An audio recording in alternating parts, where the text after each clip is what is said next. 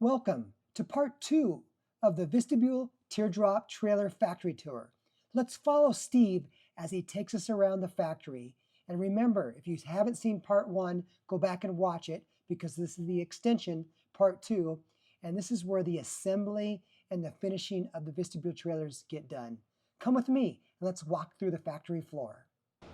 So I'll maybe just make a little bit of reference to our true shop area where we got shop machines, table saw, chop saw, drill press, things like that. Relatively lightly used, right? And there's some things that we have to do repetitively. Sometimes it's just R&D. Bert might find himself, you might look over here and find Bert here all day long. He's got something that he's working on and He likes to tinker though, doesn't he? Yes, yeah. And he's an insanely talented woodworker and can, I don't know, I'm just kind of shocked that, oh, well, I just did this. I'm like, okay. So his ability to prototype, create jigs, the kinds of things that make life more efficient and simpler to do out here, but also just creating new things altogether to bring his ideas to life. And that's what he does over here in this section. Yeah, this is a shared facility in that regard.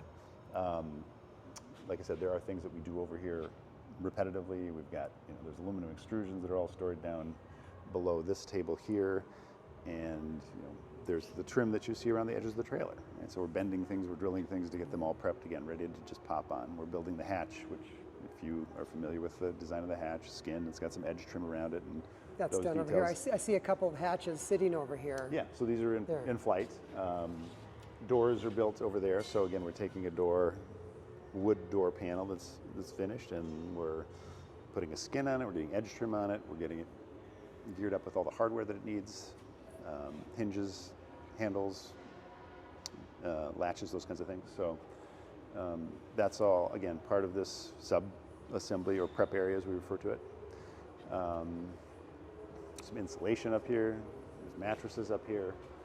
Tell us about the insulation of the trailer. Is this, where does this insulation go? How thick is it? So this is, I'm going to see if I can just grab one gracefully here.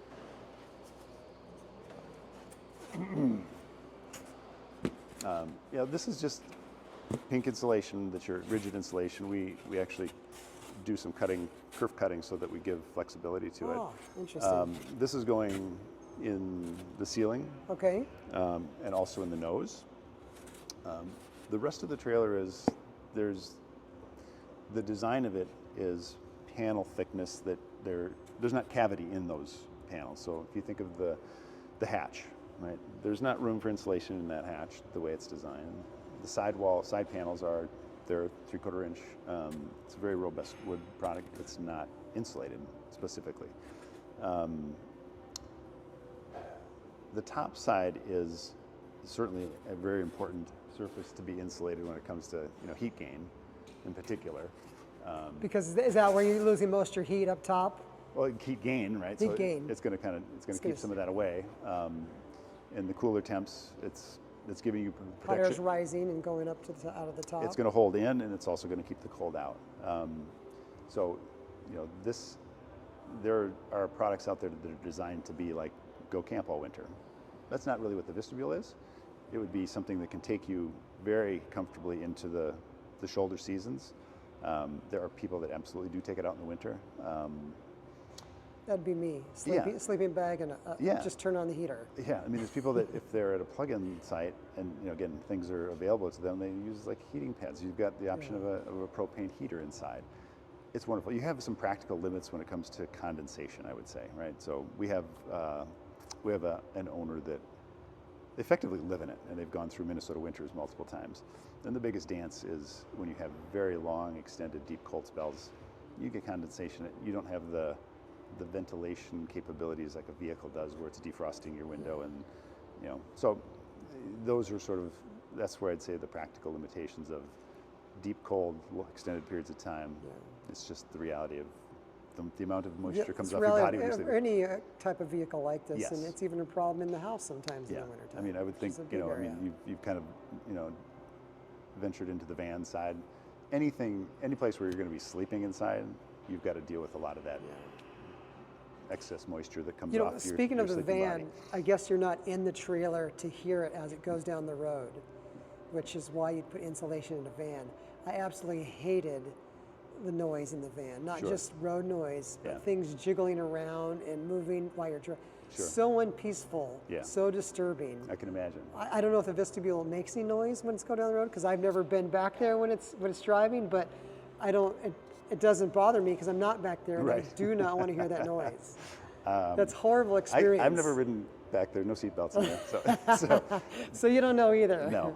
Inevitably, you certainly would have some noise back there, depending Sure. on what you've got. Your kitchen gear is gonna, make some noise. Everything is Yes. storable in a way where it's safe. But it's not we don't run- have to hear it because We don't we're have in to the hear car. it, right? And in terms of just, I'd say your relationship with the vehicle when you are on the road, it's an extremely smooth towing vehicle. It's a torsion axle.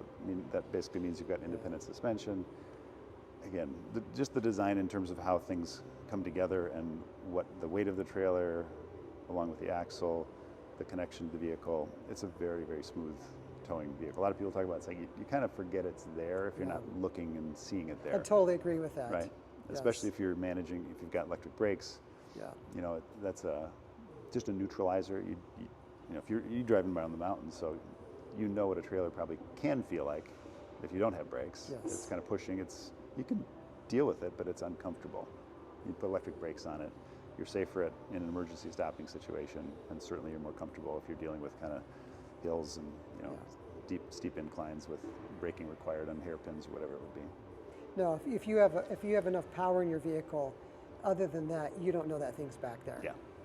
You forget sometimes, quite honestly. Yeah, you have to remind You yourself. got to be careful. right? Yeah, you're like, oh my God, I Changing do have lanes, a trailer behind me. whatever it is. Yeah, Yeah, you just exactly. have to. It doesn't take long to get in the groove of knowing it's there and remembering it's there for traffic maneuvering. But yeah, it's. And then we got some door skins here that are I guess these ones are in the process of being made, and these ones are made. These are So that's a raw hatch. Okay. And these are built hatches that have got the skin, they've got the hinge, they've got wiring built in. And Steve, tell us about the type of wood you're using on the interior of the trailer. I'm assuming it's all the same type of wood. A few different types. So there's birch. Baltic birch is kind of a term that's out there. Ours isn't all exclusively Baltic birch. We've just recently brought in some, I'll call it a proprietary selection of product that is, it's birch core. It's a superior birch core to some of the stuff that we've used in the past. We've gotten into some pre-finished surface products that are superior to what we can accomplish with a post-fabrication surface finishing. Some deck material that we like more than the previous product that we're using. Again, it's opportunity. Yeah. Right? We're always, if we see something that we believe would benefit and elevate the quality and the usability, easier to clean, whatever the case may be, more robust surfaces for just wear and tear, that's going to be a motivation for us to dig deep, and that's a step we've recently taken. There's still lots of Baltic birch, there's maple, yellow poplar, things that are appropriate for the applications that we need them for, whether it's structurally or trim or just, the shell of the trailer and the look and feel we're looking for in there. Great.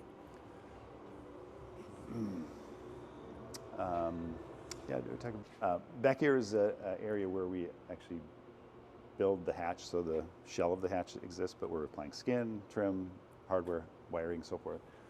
Over here, doors get assembled, so again, just another cell, if you will, work cell in this prep area where we're getting things ready to go to the other side where the true kind of end final assembly process of the trailer takes place. Okay?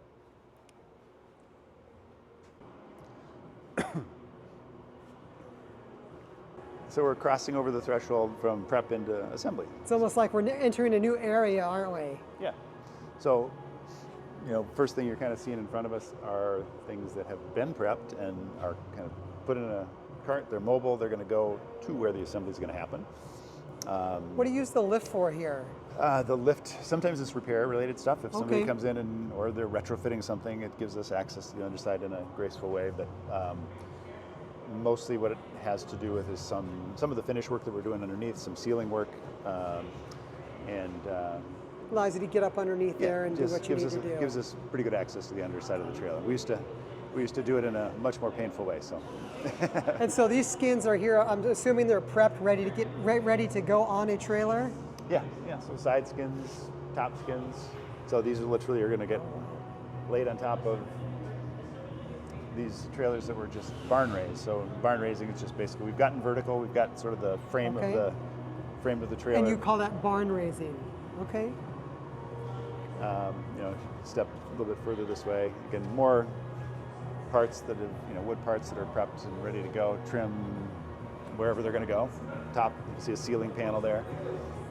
So here you can see the guts now living and supporting the sides as things have gotten stood up. Frames were previously prepped. You can see the axles without the wheels on them, but the frame itself. Go around the front side and you can see the tongue and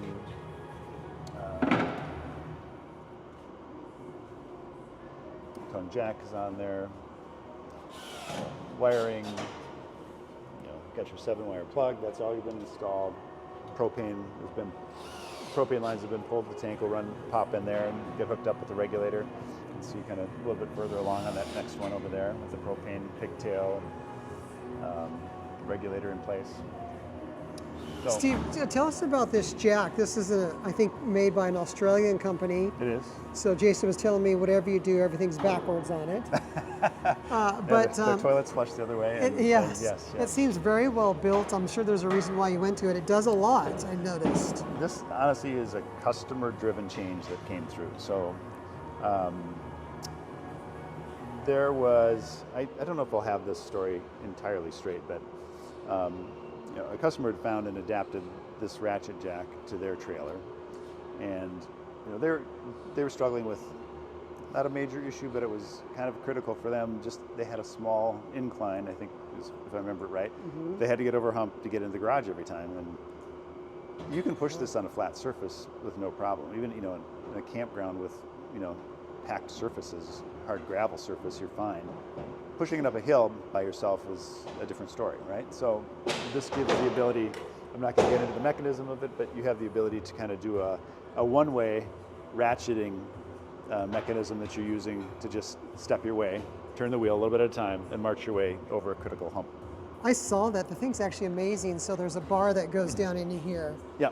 And then you just set these to here, and you can actually ratchet and move this. Correct. Here's the bar here. Yeah.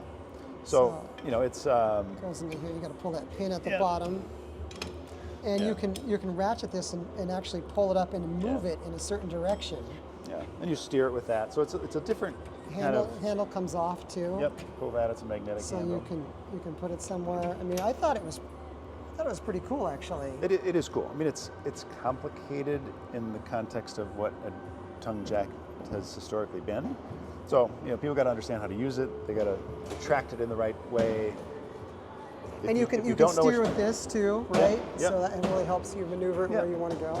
So just ask your friendly orientation specialist to give you how to use the jack. Give a good lesson. The hardest part about the trailer is figuring out the jack. Yeah, exactly. So there you go. If that's the case, then you're not doing too bad. Right.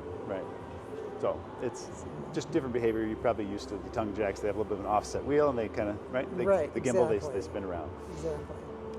Yeah. So are these two in a similar stage, or this one's a little farther along because it's sitting over here? Or does that matter? What happens is we do two trailer builds. Okay, so, 2 at a time. Yep. So we've kind of come to the conclusion through kind of iterating and testing that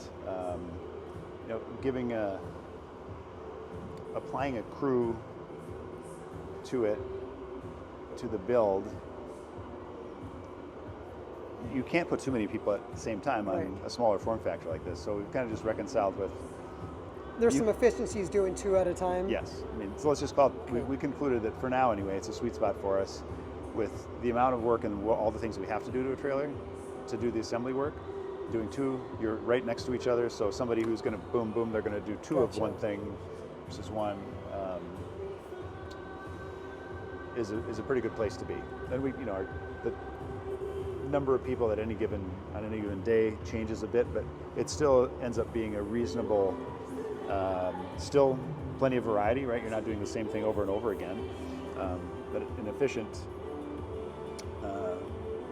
number that gives us kind of the velocity we're looking for. We're not taking up a lot of floor space to build a pair of trailers, but we can build them in a hurry. Well, it's neat to see it at this stage. Yeah. It really is. So from there, this one is, I believe this one is in for a retrofit. Okay, this trailer here is a retrofit, and what does that mean exactly? If I understood it right, I think this this gentleman was interested in perhaps getting like a DC-DC charger added to it. Gotcha. I'm not going to say that I know exactly what's going on, but we have the ability to retrofit a pretty wide range of things. You know, there's things that are much harder to retrofit. If you want plumbing, good idea to put the plumbing in first. Not that we can't do it, but it just makes it more expensive to do after the fact, just because you can't do it in what the normal. I'm really kind of amazed at some of the things that you guys are able to do after the fact. It is. I mean, there was a major design. I'll call it. It's not a very visible change to the design, but like this one may be pre that, but we basically had a difficult time dealing with any kind of cabinet retrofitting. The reason was that the cabinets were built to be taller than the space between here, and once you finish the galley sill and you get your sliding rail and all those things on it, it didn't come back out. You couldn't put it in, you couldn't take it out without tearing everything apart down here, which is a kind of a complicated, important area. You don't want to mess with it, really. It's like you want to do it right and you want to leave it because that's an important kind of solid framing, solid. Yeah. It's you know, it's where your gasket or your hatch seal is occurring, kind of runs around the perimeter. So we just had to go through a wave of design changes so that those cabinets can go in and out without having to do all that destructive work before you can go and move forward. So we have people that are like, well, I want to switch. I want a cooler pullout that I didn't originally order, or I want whatever, some different configuration of cabinets. So the ability to do that quickly and easily was a big milestone for us. It was not insignificant, but you wouldn't really know it looking at the trailer. So. I feel like watching this process from start to end, and I know it's not as simple as it appears, but it seems like you guys over the years have really learned and simplified the process for sure. To some degree. Yeah, and if you talk to, you know, Josh has been around for a long time. He's production manager out here. They have gone through, and they think in the same way. I would say that, you know, just holistically we think, which is how do we do it better?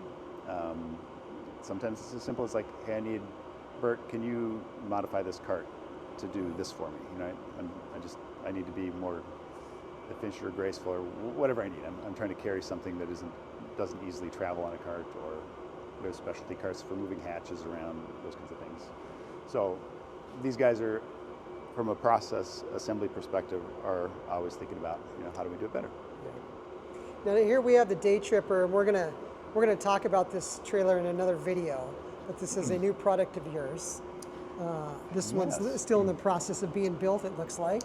This one was... Or is it done? This one was just built. Okay. This is a customer trailer.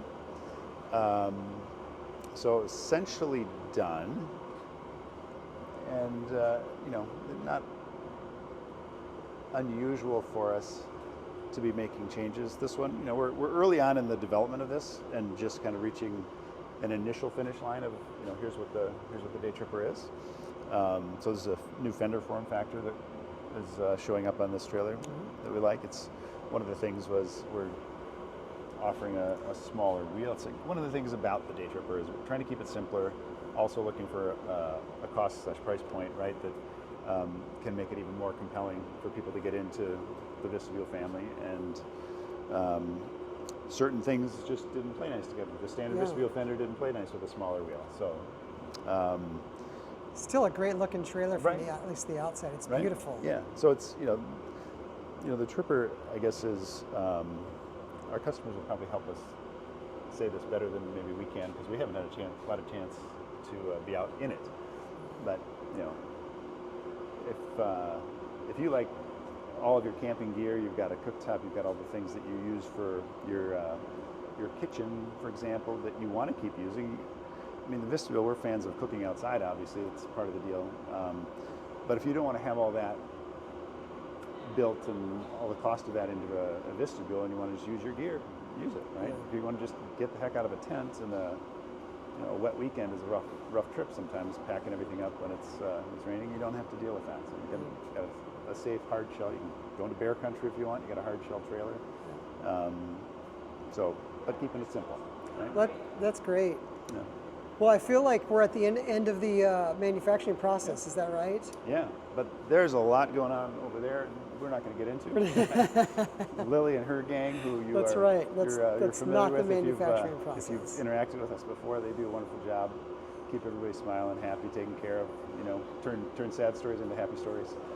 Well, Steve, thanks for the tour, and thanks for showing us how the Vistabule gets put together from pretty much start to finish. Welcome.